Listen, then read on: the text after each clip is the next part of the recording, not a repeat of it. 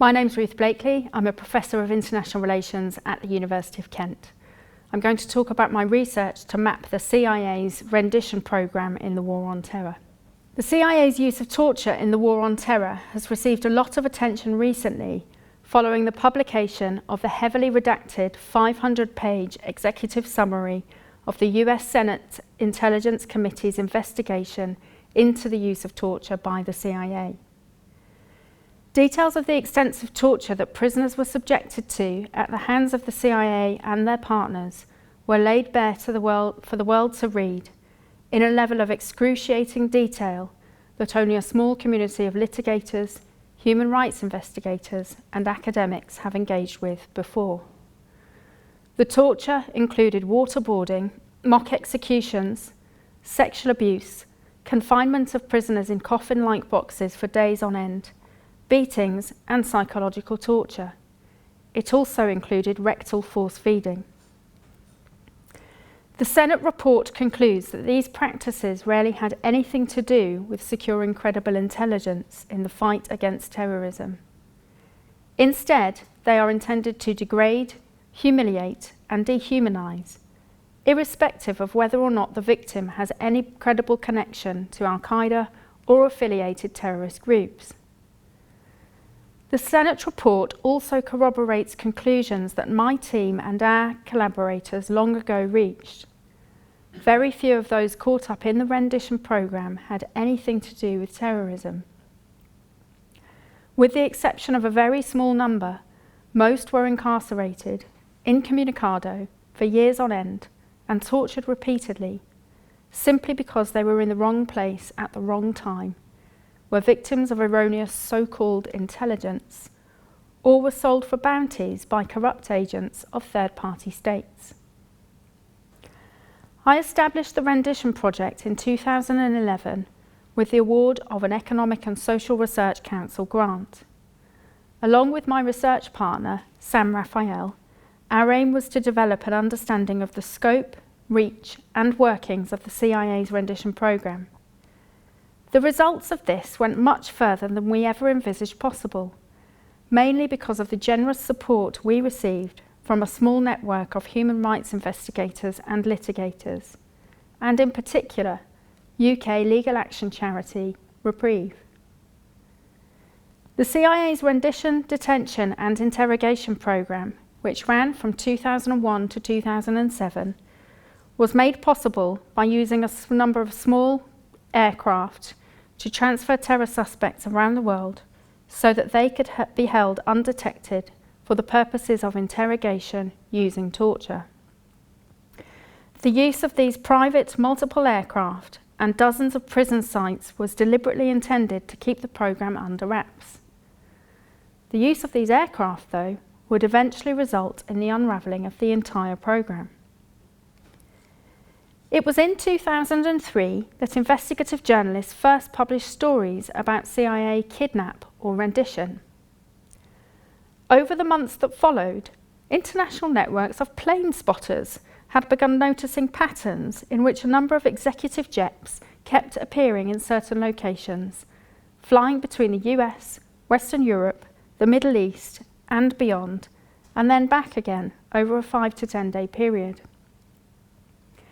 Investigative journalists were alerted and these aircraft were traced back to PO box numbers for a number of private companies.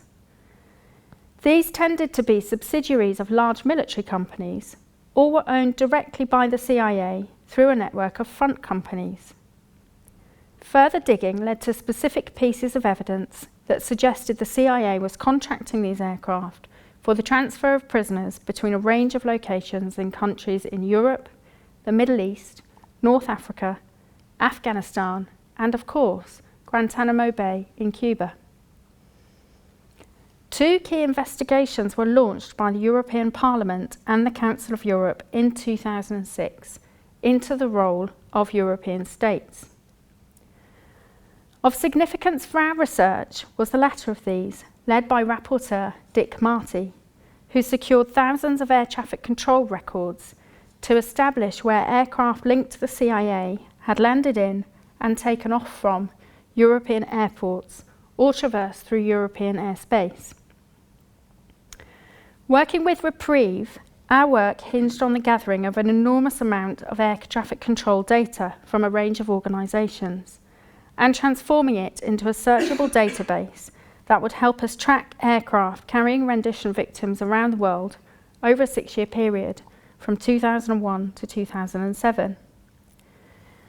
This flight data would help us identify which countries were involved in the programme, what their role was, and how the programme evolved over the 6 years it ran. It would also help us prove that specific rendition operations had taken place. Alongside the database, we also developed detailed profiles of the various prisoners, collating and analysing the evidence relating to their detention and torture from dozens of different human rights reports, official investigations, and declassified primary documents, both to tell the human stories behind the flight data and to build a body of evidence which, when triangulated with the flight data, could be of use to litigators.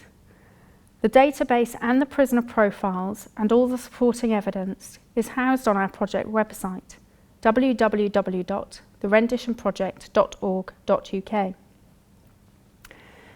In compiling the database, we had multiple segments of flight data, all of which were formatted differently. So our first challenge was to standardise the data and identify gaps and duplicates. We ended up with 11,000 rows of data in a spreadsheet, where each row represents an aircraft's journey from location A to location B. Thousands of the flights in the database are innocuous and of no particular significance for our work. This is because the aircraft that we used are used for all kinds of other purposes and not exclusively used by the CIA. However, when the data is ordered by date and aircraft tail number, a unique identifying number that each aircraft has, we can build the data into what we call flight circuits.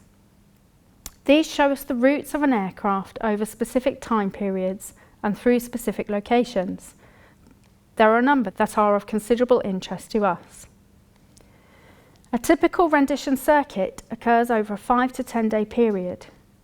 It begins in an airfield in the US and flies to Langley, Virginia, to CIA headquarters to collect the CIA Renditions team. It then goes onward to Western Europe, where it stops to refuel. Its onward journey is then to a range of locations in the Middle East, the Horn of Africa, and on to South Asia.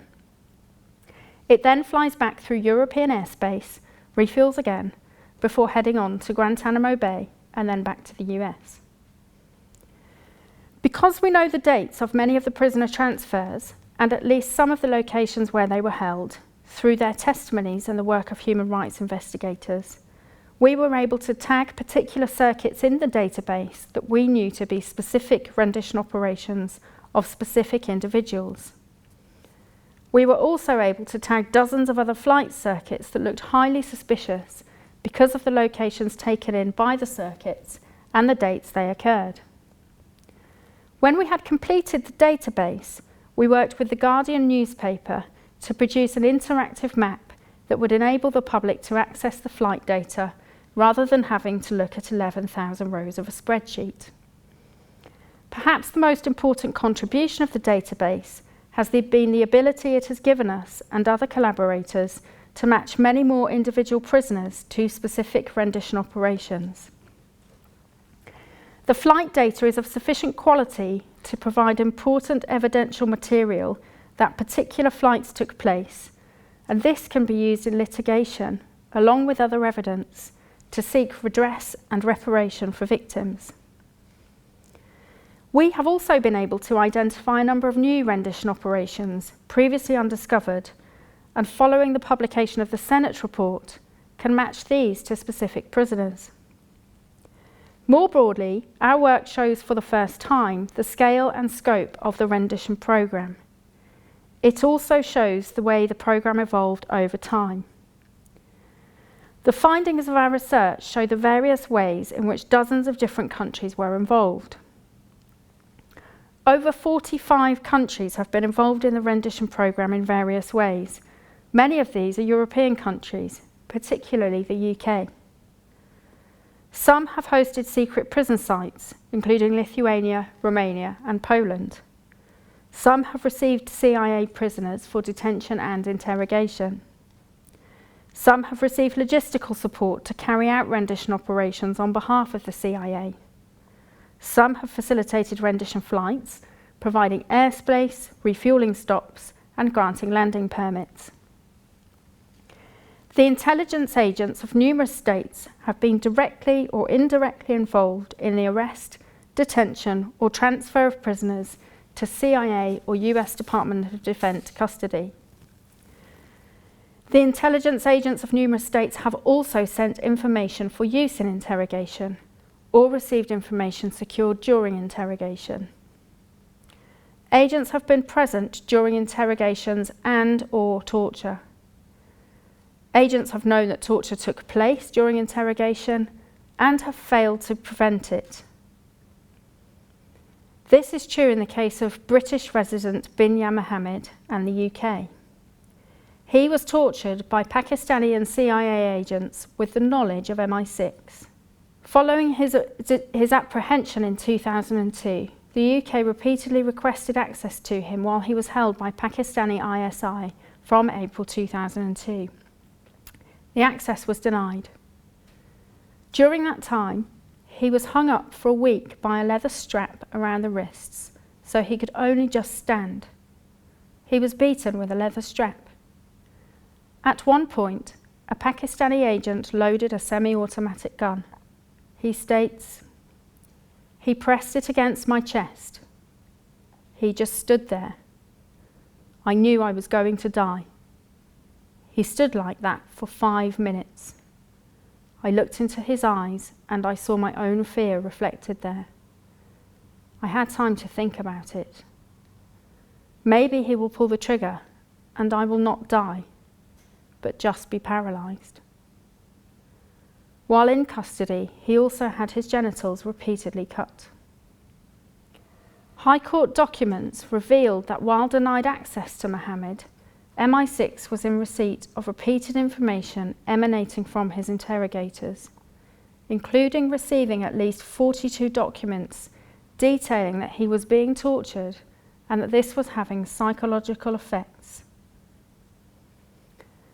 This case eventually came to the UK High Court, and the UK High Court concluded that the reports provided to MI6 made it clear to anyone reading them that Binyam Mohammed was being subjected to the treatment that he claimed he had been subjected to, and that this treatment could readily be contended as being at least cruel, inhuman, and degrading treatment by US authorities. Beyond this, our findings are also significant in terms of the role played by the UK. We now know that in March 2004, MI6 organised the renditions of several Libyans from Thailand to Gaddafi's Libya, where they faced detention and torture. Throughout, MI6 agents were involved in sharing intelligence and receiving information from those interrogations, knowing that abuse was happening. Our research has also enabled us to show that 51 different UK airports were used by 84 different aircraft that have been linked to the rendition programme. 144 flights were entering UK territory while suspected of being involved in specific rendition operations. We identified 7 circuits that included stops in Scotland, en route to or on the way back from a rendition operation. Following publication of our data on the Scottish flights and widespread Scottish media coverage of this, the Lord Advocate for Scotland ordered an investigation into the use of Scottish airports for rendition to be carried out by Police Scotland. We have given evidence and this investigation is ongoing. Our work has also been used in litigation on behalf of victims against states that have been complicit in their rendition and torture. In Al-Nashiri and Abu Zubaydah versus Poland, the European Court of Human Rights has ordered Poland to carry out a full investigation and pay damages. The work has also been used in Abu Zubaydah versus Lithuania at the European Court of Human Rights. In Mustafa al-Hawsari versus Lithuania, The Rendition Project's work was referenced by the European Parliament in the resolution it passed urging Lithuania to investigate. The Lithuanian court responded by ordering that prosecutors investigate the case. The publication of the US Senate Intelligence Committee's report has given us a number of new avenues to pursue, and we are doing this in collaboration with Reprieve and the Bureau for Investigative Journalism. The report reveals that of the 150 or so individuals we suspect were subjected to rendition, 119 were held in CIA secret prisons which operated in Afghanistan, Poland, Romania, Lithuania and Thailand. Of those 119, just 36 ended up in Guantanamo Bay, and of those, 29 remain there. The rest were released without charge, sent to other US military prisons in Iraq or Afghanistan, or were transferred on to foreign governments. The exact whereabouts of the majority of these is unknown. Our next job, through a new collaboration with the Bureau for Investigative Journalism and Reprieve, is to use our collective networks of on-the-ground investigators to trace these unknown prisoners, match them to specific flights, and build the evidence required, both to tell their stories and for litigators to hold those responsible to account. Thank you.